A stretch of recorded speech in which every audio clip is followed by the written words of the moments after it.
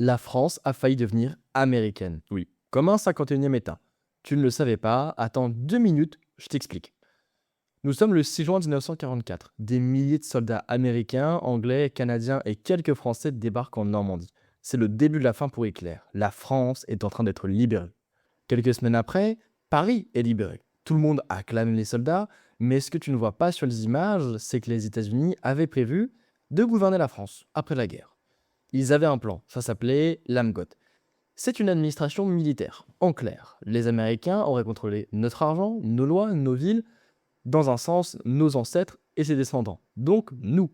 Un peu comme si la France devenait un territoire géré par Washington, comme un pays occupé. Mais un homme a dit non, Charles de Gaulle. Il s'est battu pour que la France ait son propre gouvernement et qu'on en soit traité comme un pays allié et vainqueur, pas comme un pays colonisé.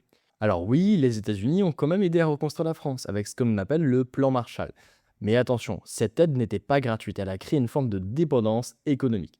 Grâce au refus de De Gaulle, la France a pu garder sa souveraineté, être membre permanent de l'ONU, garder une armée indépendante, mais ça ne tenait qu'à un fil.